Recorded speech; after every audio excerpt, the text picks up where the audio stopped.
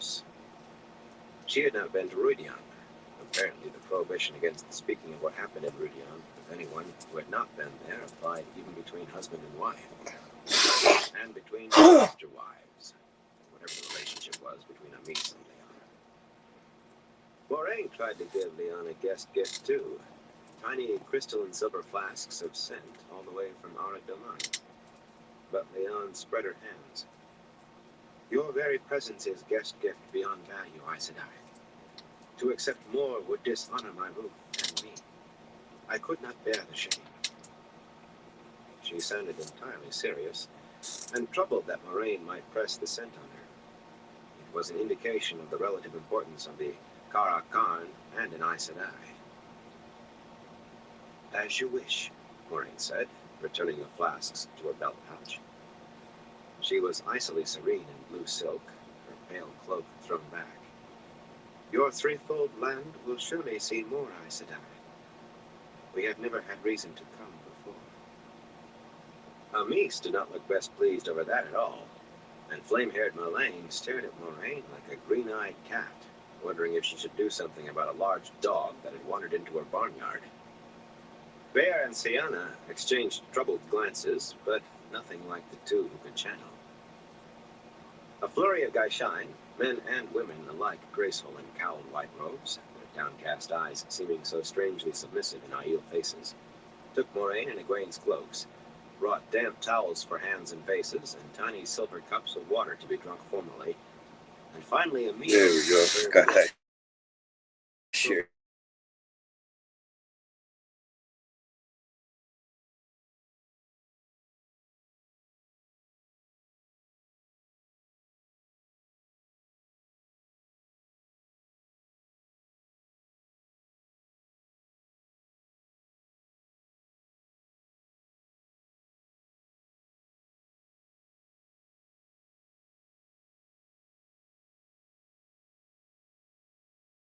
They had had practice in the Wise One's tents.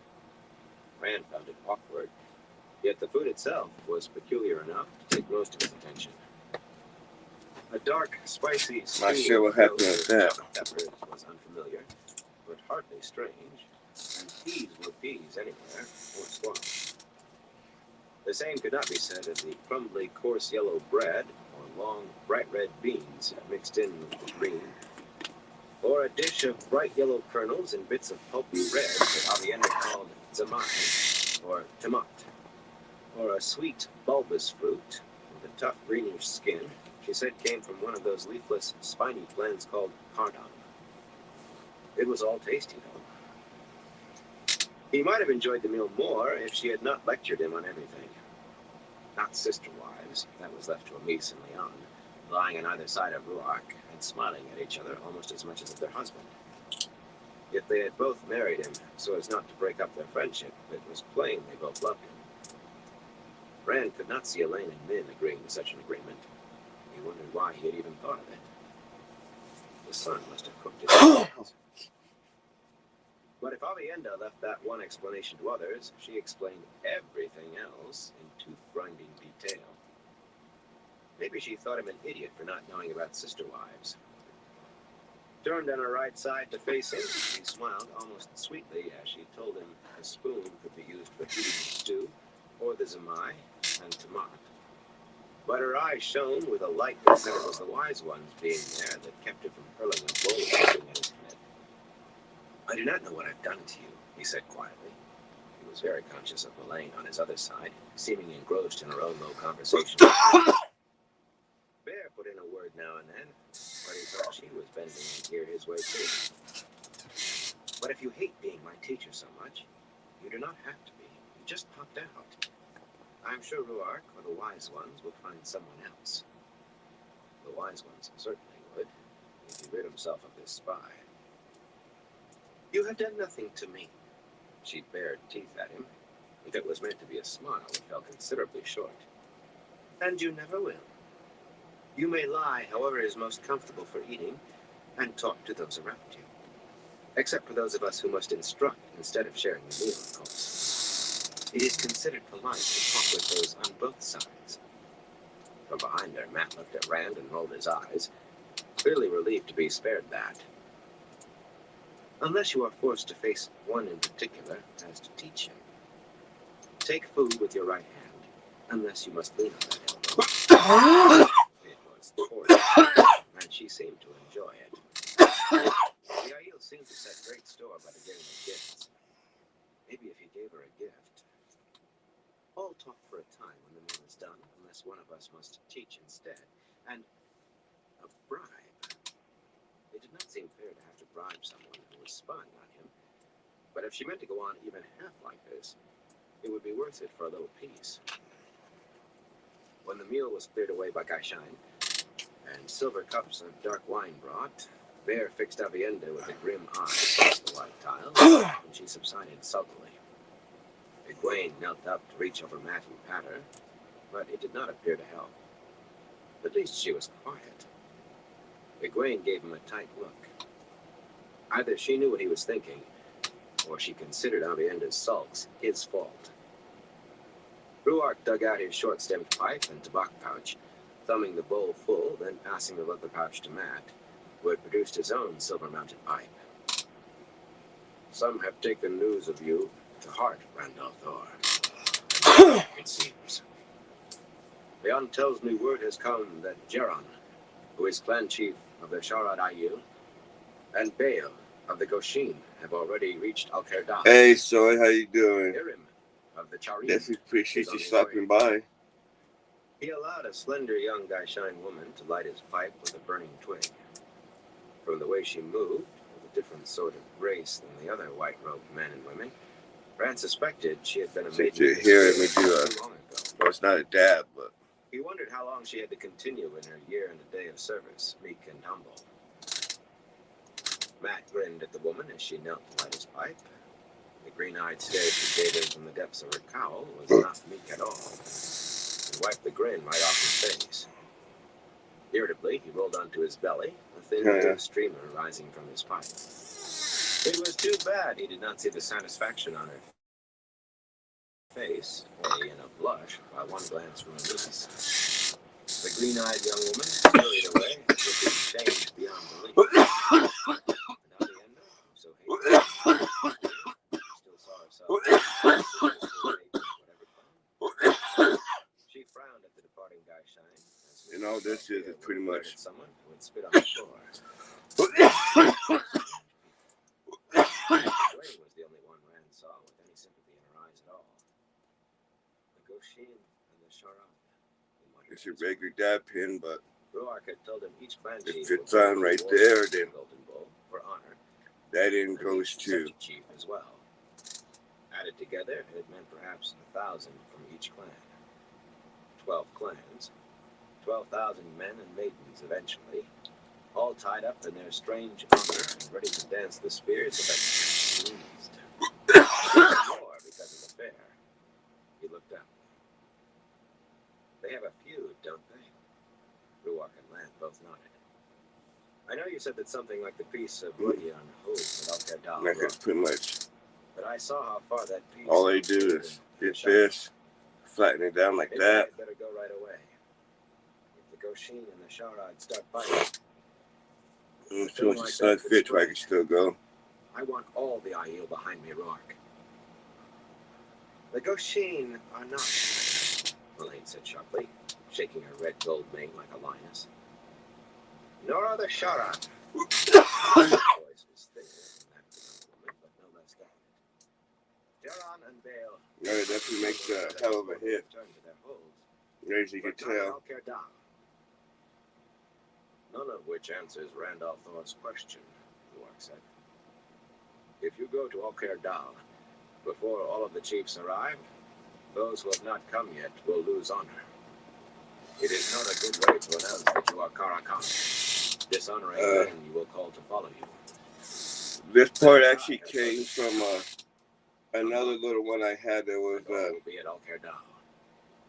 Bless. like pretty much an electric nectar collector. It was I have walked on Senna's dreams from twice, Luca, and she says it was a Ruan used to seahorse. run all the way from Shiagi. and it was like a regular like E-Now. A month You just before hit a he battery died, that Ruark you're able to use not E-Now, a nectar told her. collector, and it's like this regular nectar collector, but All will I be had there this piece or this setup in a month.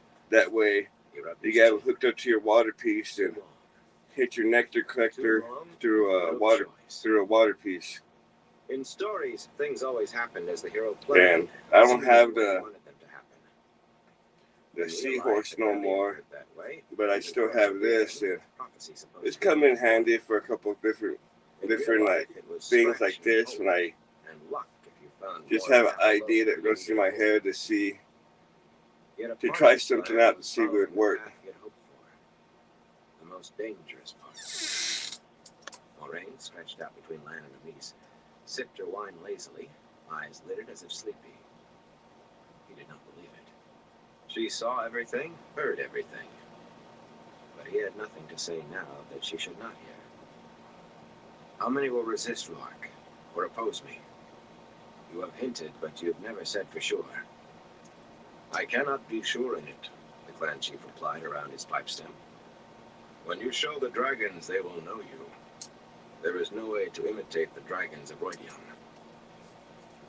And Moraine's eyes flickered. Oh, that's how my lungs are too, You are Soy. well prophesied. I will support you, and Ruan certainly, and Yerek of the Rain Aiel. The others? I usually only smoke bowls or Savannah, doobies too, but Saladrin's wife will bring the Shido since the I like wax. What can I say? She is young to be roof mistress of a hold. Doubtless displeased, she will have only one roof, and not an entire hold when someone is chosen to replace Suladric. And Savannah is as wily and untrustworthy as any Shido ever born. But even if she makes no trouble, you know that Kuladin will. He acts like she. And so follow him without his entering Ruidion. Shido are fools enough to on the Dominel in any direction. He is a prickly man, hard to know and difficult to deal with. And he cut off as Leon murmured softly, "Is there any other kind?" Rand did not think the clan chief had been meant to hear. Amis hid a smile behind her. His sister wife buried her face innocently in her wine cup. Yeah, it's rough on the lungs, but As I was saying, Ruan said, it definitely does its on job. from one of his wives to the other. It is not a thing I can be sure of. Most will follow you. Perhaps all. Perhaps even the Shido. We have waited 3,000 years for the man who bears 2 dragons. When you show your arms, none will doubt you are the one sent to unite us. And break them. But he did not mention that. The question is, how will you react? He tapped his teeth with his pipe stem for a moment. You will not change your mind and don the cut and sword. And show them what, Mark?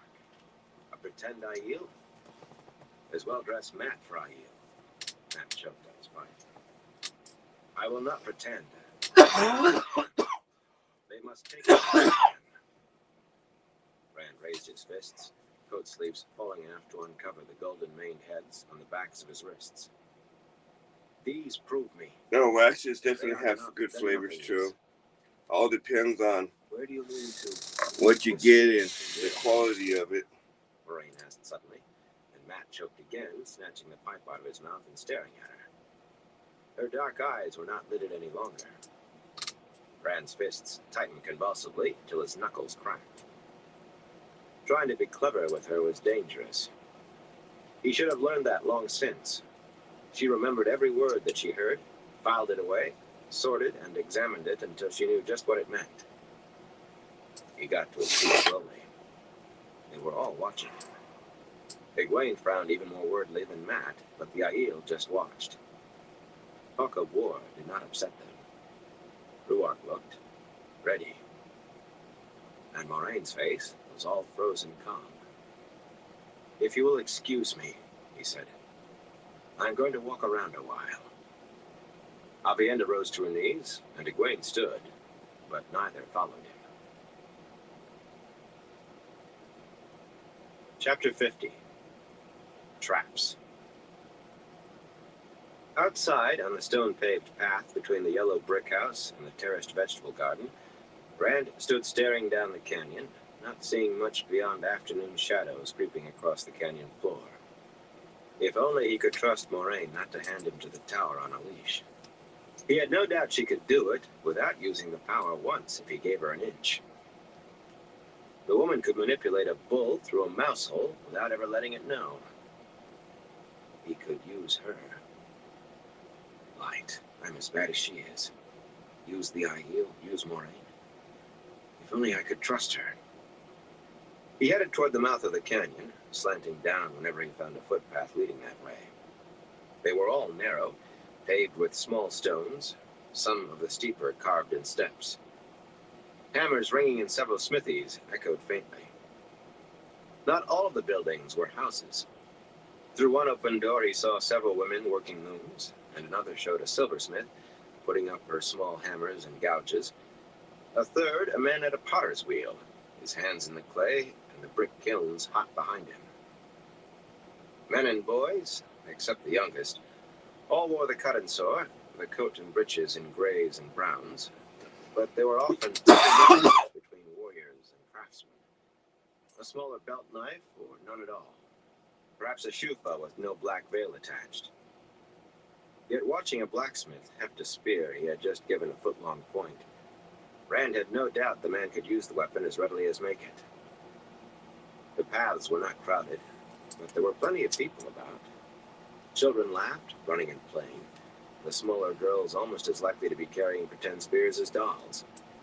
Guy Shine carried tall clay jars of water on their heads, or weeded in the gardens, often under the direction of a child of 10 or 12. Men and women going about the tasks of their lives, not really that different from the things they might have done in Emmons Field, whether sweeping in front of a door or mending a wall. The children hardly gave him a glance, for all his red coat and thick-soled boots, and the Guy Shine was so self-effacing it was difficult to say whether they noticed him or not. But craftsmen or fighters, men or women, the adults looked at him with an air of speculation, an edge of uncertain anticipation. Very young boys ran barefoot in robes much like those of the Guy Shine, but in the grayish brown of the cotton sore, not white. The youngest girls darted about on big short dresses that sometimes failed to cover their knees. One thing about the girls caught his eye.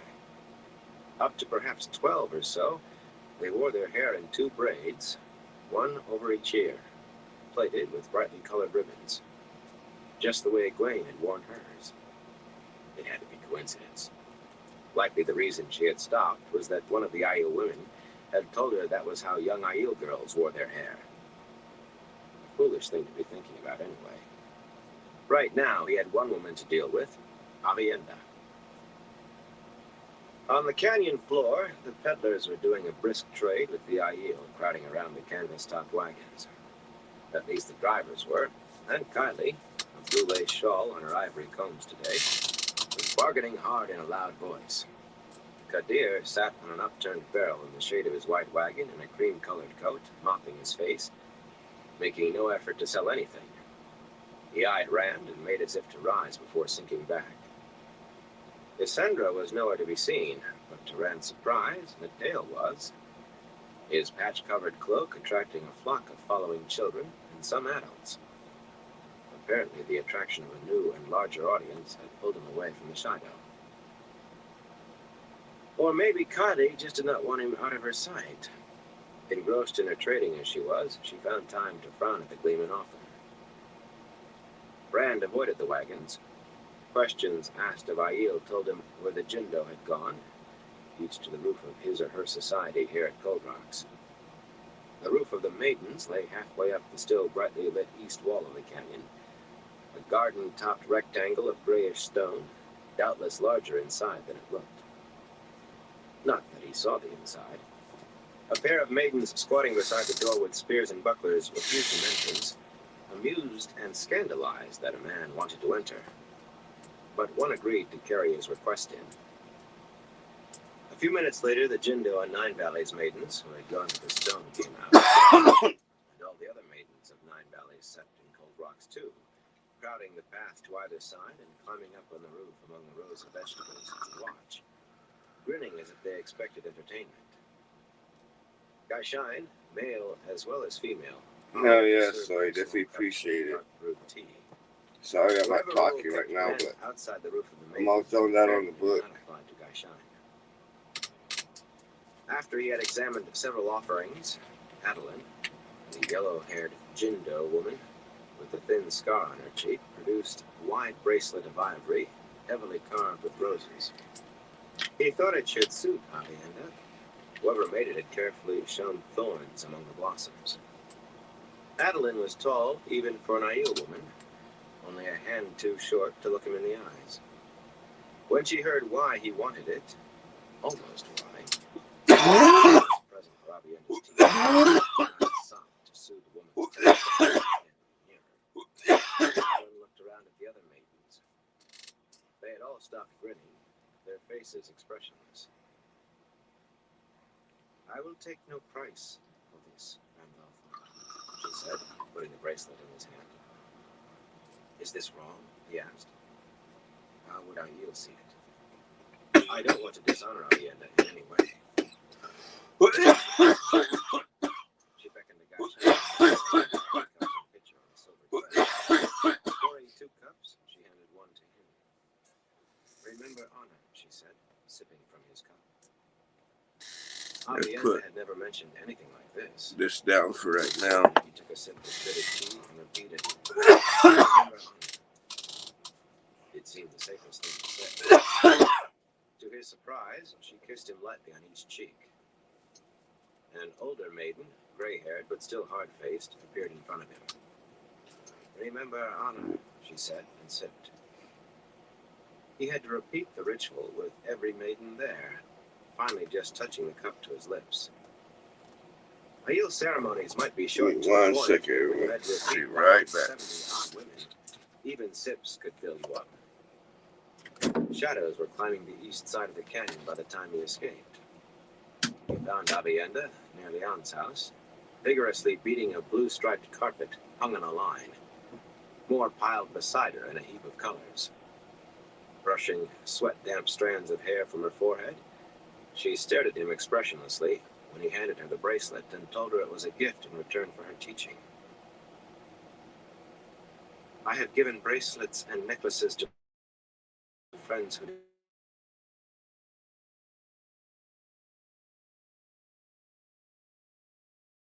such things rattle and make noise to give you away when you must be silent. They catch when you must move quickly. But you can wear it now that you are going to be a wise one. Yes. She turned the ivory circle over as if unsure what to do with it. Then abruptly thrust her hand through it and held her wrist up to stare at it. She could have been looking at a manacle. If you do not like it, Avienda, Adeline said it would not touch your honor. She even seemed to approve. He mentioned the tea sipping ceremony, and she squeezed her eyes shut and shuddered. What is wrong? They think you are trying to attract my interest. You would not have believed your voice could be so flat. Her eyes have no emotion at all. They have approved of you, as if I still carried the spear. Light! Simple enough to set them straight. I don't... He cut off as her eyes blazed up. No. You accepted their approval, and now you would reject it? That would dishonor you.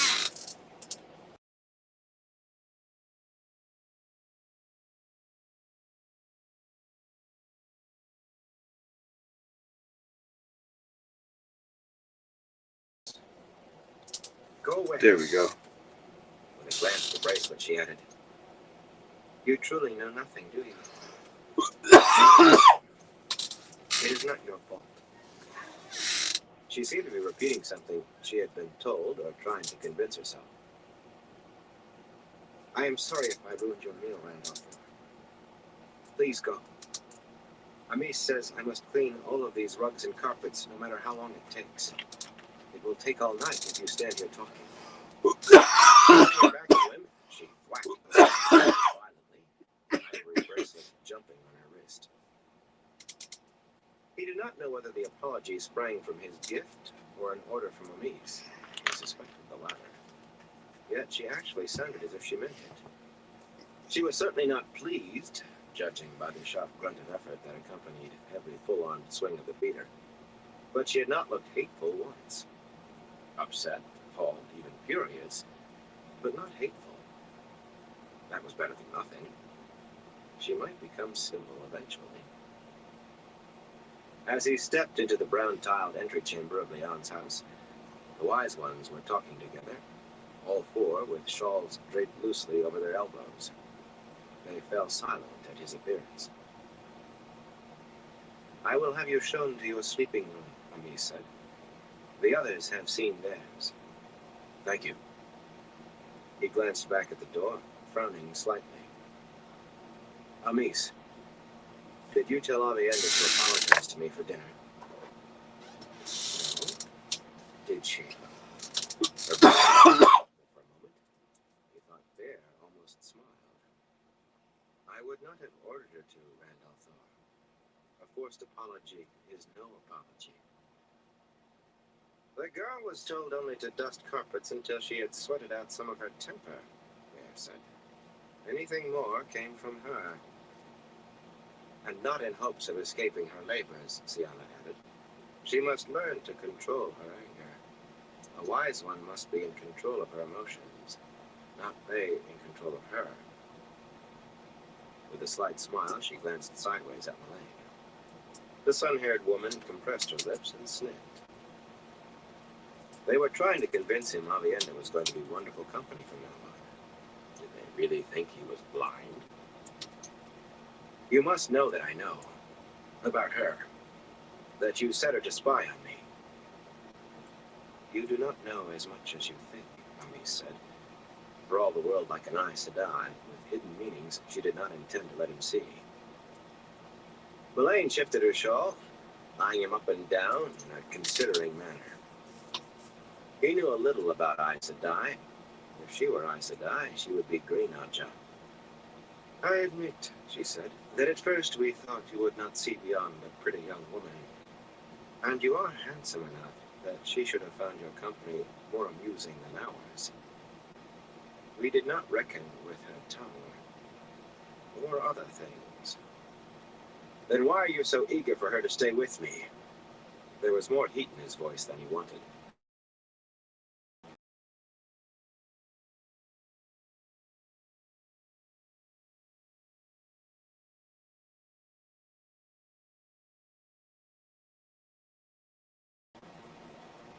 "At least this way I know who the spy is." Having Avienda under his eye had to be better than wondering which of the Aiel were watching him. Without her, he would probably suspect that every casual comment from Ruark was an attempt to pry. Of course, there was no way to say it was not. Ruark was married to one of these women. Suddenly, he was glad he had not confided more in the clan chief, and sad that he had thought of it. Why had he ever believed the Aiel would be simpler than Tyrant High Lords? "I'm satisfied to leave her right where she is." "Then we are all satisfied," Bear said. He eyed the leathery-faced woman leerily. There had been a note of something in her voice, as if she knew more than he did. "She will not find out what you want." "What we want," Mullane snapped. Her long hair swung as she tossed her head. "The prophecy says a remnant of a remnant shall be saved. What we want, Randall Thor, Ka'ar Karn, is to save as many of our people as we can. Whatever your blood and your face, you have no feeling for us. I will make you know our blood for yours, if I have to lay the—" "I think," Amis cut her off smoothly, "that he would like to see him now. He looks tired." She clapped her hands sharply, and a willowy Gaishan woman appeared. "Show this man to the room. Bring him whatever he needs." Leaving him standing there, the wise ones headed for the door. Bear and Siana, looking daggers at Mullane, like members of the women's circle eyeing someone they meant to call to account sharply. Mullane ignored them. As the door closed behind them, she was muttering something that sounded like, "Talk sense into that fool girl." What girl? Avienda? She was already doing what they wanted. Gwaine, maybe? He knew she was studying something with the Wise Ones.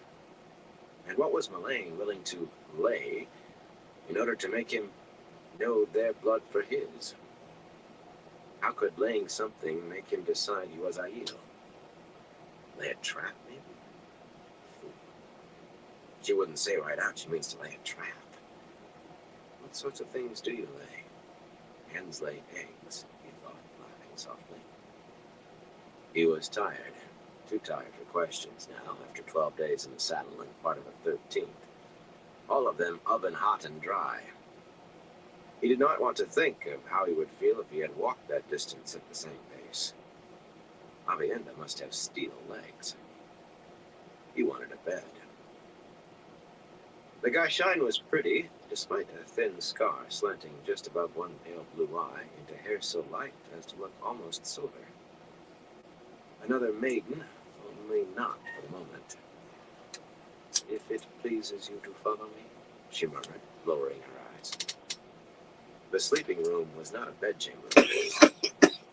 Unsurprisingly, it consisted of a thick pallet, unfolded colored rugs.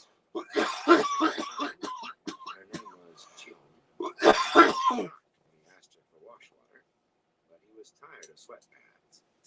He was willing to bet Moraine and Miguel full of steam to get clean.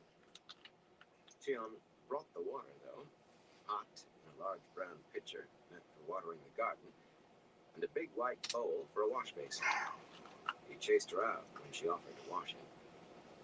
Strange people, all of them. The room was windowless, lit by lamps hanging from brackets on the walls, but he knew it could not yet be full dark outside when he finished washing. He did not care. Only 2 blankets lay on the pallet, neither particularly thick. No doubt a sign of Aiel hardiness. Remembering the cold nights in the tents, he dressed again, except for his coat and boots, before blowing out the falling beneath the blankets in pitch darkness. Tired as he was, he could not stop tossing and thinking. What did Mullane mean to lay? Why did the Wise Ones not care that he knew Aviendha was their spy? Aviendha, a pretty woman, yet surlier than a mule, with 4 stone-bruised hooves. His breathing slowed, his thoughts became misty.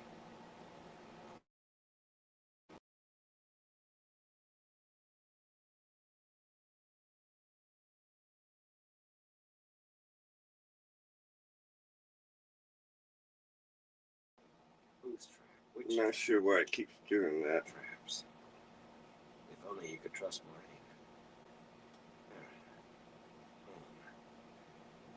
Aaron was probably swimming in. Eyes closed, Rand stroked through the water.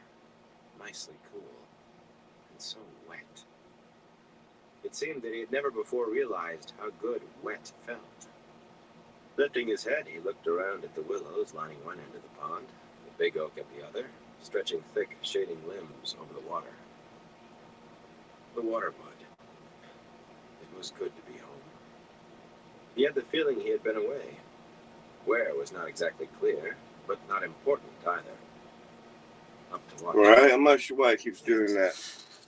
He had never been I have a strong internet connection. cool and wet and alone. I'm not sure why it keeps blacking out Suddenly, like that. 2 bodies hurtled through the air, knees clutched to chest, landing with great splashes that blinded him.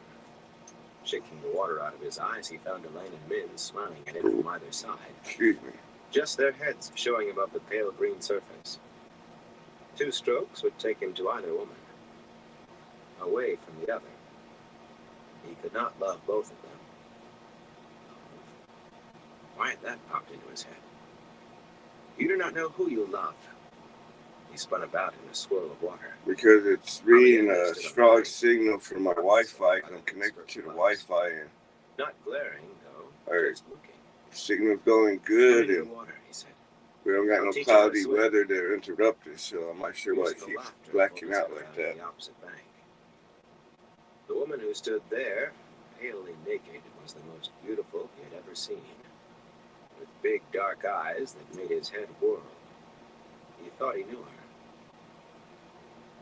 should I allow you to be unfaithful to me, even in your dreams? She said. Somehow he was aware without looking that Elena Min and Avienda were not there anymore. This was beginning to feel very odd. For a long moment she considered him, completely unconscious of her nudity. Slowly she posed on toe tips, arms swept back, then dove cleanly into the pond. When her head popped above the surface, her shining black Right, it could be just about anything, no telling that nowadays. seemed surprising for a moment. Then she had reached him. Was she just there, tangling arms and legs around him? The water was cool, the flesh hot. She murmured. Those dark eyes seemed far deeper than the pond. I will make you enjoy this, so you never forget. Asleep or awake. Asleep or... Everything shifted, blurred. She wrapped herself around him tighter, and the blur went away. Everything was as it had been. Rushes filled one end of the pond. Leatherleaf and pine grew almost to the water's edge at the other. I knew you, he said slowly. He thought he must, or why would he be let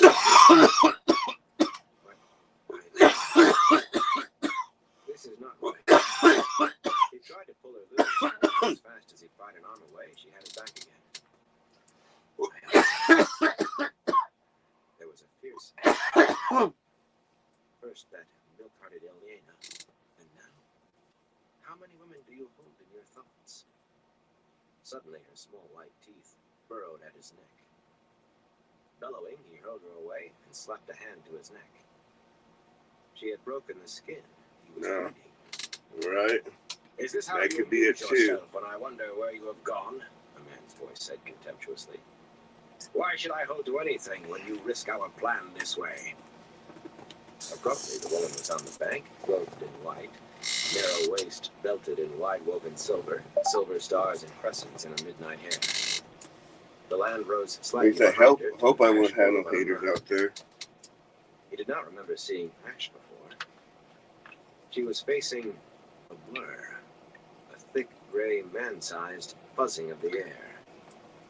This was all wrong somehow. Risk, she sneered. You fear as much as Mogadine, don't you? You would creep about like the spider herself.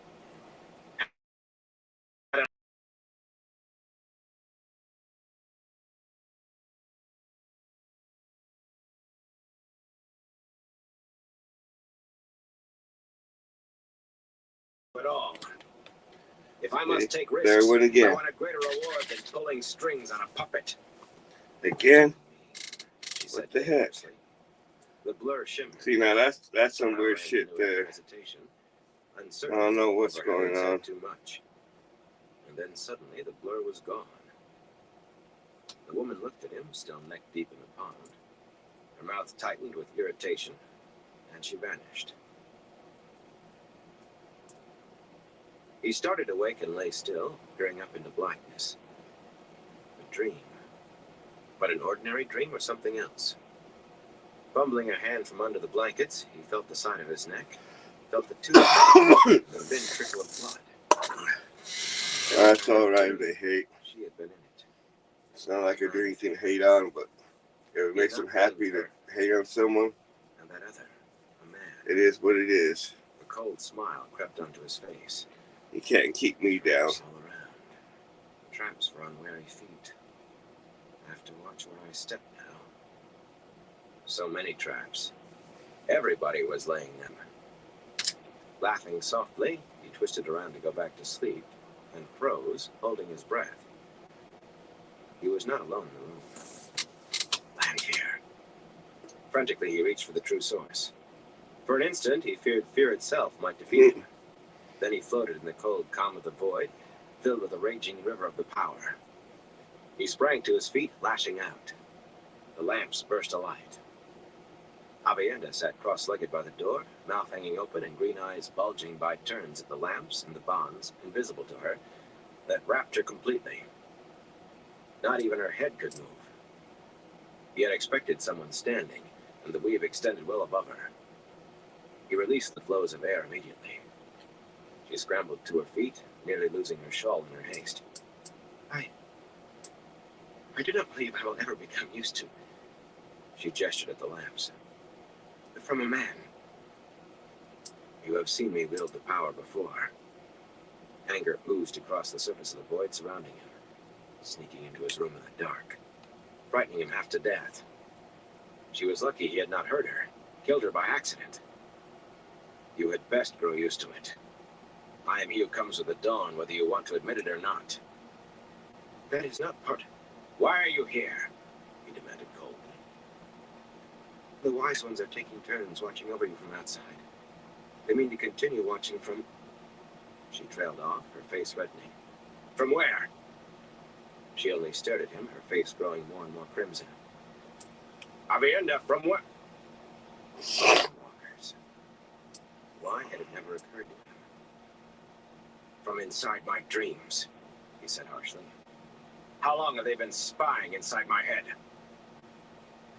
She let out a long, heavy breath. I am not supposed to let you know. If Bear finds out... Sienna said it was too dangerous tonight. I do not understand it. I cannot enter the dream without one of them to help me. Something dangerous tonight is all I know. That is why they are taking turns at the door to this roof. They are all worried. You still haven't answered my question. I do not know why I am here, she muttered. If you need protection... She glanced at her short belt and touched the hilt. The ivory bracelet seemed to irritate her.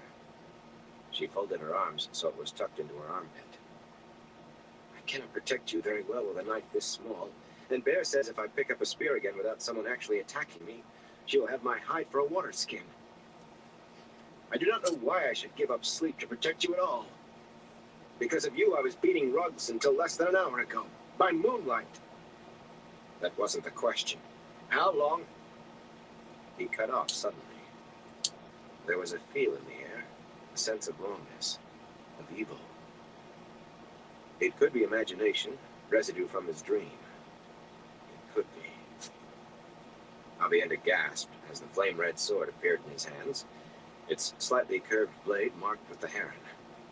Lanfear had accused him of using only the 10th part of what he was capable of, yet most of that 10th came by guess and fumbling. He did not know even the 10th part of what he could do. But he knew the sword. Stay behind me. He was just aware of her unsheathing her belt knife.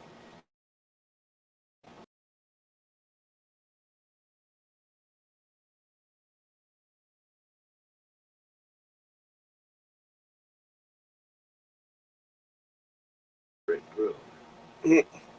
Even the Guy Shine must have sought their palace by now. The halls and chambers stood silent and empty, most dimly illuminated by the scattered lamps still burning. Here, where extinguished lamps meant pitch dark at noon, some lamps were always left lit. The feeling was still vague, but it would not go away. Evil. He stopped suddenly in the wide archway leading to the brown-tiled entry chamber. One silver lamp at each pale light. In the middle of the floor, a tall man stood with his head bowed over the woman wrapped in his black-cloaked arms. Her head flung back and her white cowl fallen while he nuzzled at her throat. Cheon's eyes were nearly closed, and she wore an ecstatic smile. A flush of embarrassment slid across the surface of the void. Then the man raised his head. Black eyes regarded Rand, too big in a pale, gaunt-cheeked face. A puckered, red-lipped mouth opened in a parody of a smile, showing sharp teeth. Cheon crumpled to the floor as the cloak unfolded, spread into wide, bat-like wings. The Drakkar stepped over her, white hands reaching for her. Right side. The long, slender fingers tipped with claws. Claws and teeth were not the danger, though. It was the Drakkar's kiss that killed, and worse. Its crooning, hypnotic song clung tight around the void. Those dark, leathery wings moved to enfold him as he stepped forward. One moment of startlement flashed in the huge black eyes before the power-made sword clove the Drakkar's skull to the bridge of its nose. A steel blade would have bound, Right. but the blade woven of fire pulled free easily as the creature fell. Trying to enjoy a nice book before deep in the heart of the void, bedtime, and people gotta hate that song. Had he not been shielded from emotion by emptiness, kept it's all good. And distant, that song would have snared his mind. The Drakkar surely believed it had when he came to it so willingly. Aviendha ran past him to half kneel beside Cheon and feel the Gaishine's throat. Dead, she said, thumbing the woman's eyelids the rest of the way shut. Perhaps better for it. Drakkar eat the soul before they consume life. The Drakkar, here! She glared at him from her crouch. Trollocs at Imre stand, and now a Drakkar here. You bring ill times to the threefold. With a cry, she threw herself flat across Cheon as he leveled the sword. A bar of solid fire shot over her from his blade to strike the chest of the Drakkar just filling the outer doorway. Bursting into flame, the shadow spawn staggered back screaming, stumbling across the path, beating wings like dripped fire. Rouse everyone, Rand said calmly. Had Cheon fought? How far had her honor held her? It would have made no difference. Drakkar died more easily than Myrddraal, but they were more dangerous in their own way. If you know how to sound the alarm, do it. The gong by the door. I will do it. Wake them. There may be more than two. Nodding, she dashed back the way they had come, shouting, Up spears! Wakened up spears! Rand stepped outside warily, sword ready, the power filling him, thrilling him, sickening him. He wanted to laugh, to vomit. The night was freezing, but he was barely aware of the cold. The burning Drakkar was sprawled in the terrace garden, stinking of burning meat, adding the light of its low fire to the moon. A little way down the path, Siana lay, long graying hair spread in a fan, staring at the sky with wide, unblinking eyes. Her belt knife lay beside her, but she had had no chance against a Drakkar. Even as Rand snatched the leather-padded mallet hanging beside the square bronze gong, pandemonium erupted from the canyon mouth. Human shouts and Trolloc howls, the clash of steel, screams. He sounded the gong hard, a sonorous toll that echoed down the canyon. Almost immediately another gong sounded, then more, and from dozens of mouths the cry, Up spears! Confused yells rose around the peddlers' wagons below. Rectangles of light appeared, doors flung open on the two box-like wagons, gleaming white in the moonlight. Someone was shouting angrily down there. A woman. He could not tell who.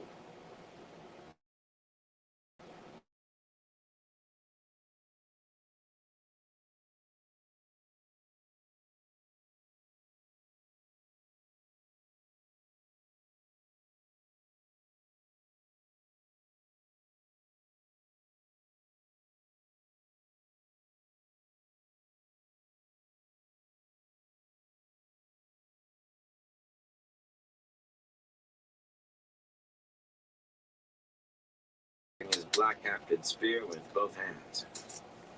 Rand took the shoe from Ruar, then let it drop. That was a good one there. Shape, wheeled across the moon, then swooped low on the far side of the canyon, vanishing in the shadows. They hunt for me. Let them see my face.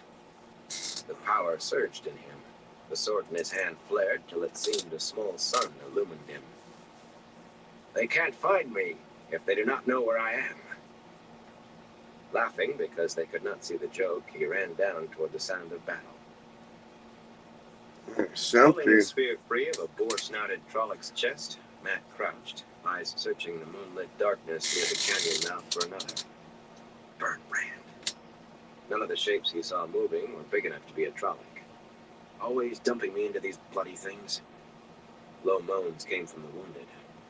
The shadowy form he thought was Moraine knelt beside a downed Aiel. Those balls of fire she tossed about were impressive, almost as much as that sort of... I'm probably going to call it into his live anyways. It's almost 2, so I'll probably be back on later. Or tomorrow anyways. But I appreciate everyone stopping by, even the haters out there. Till next time, y'all stay safe.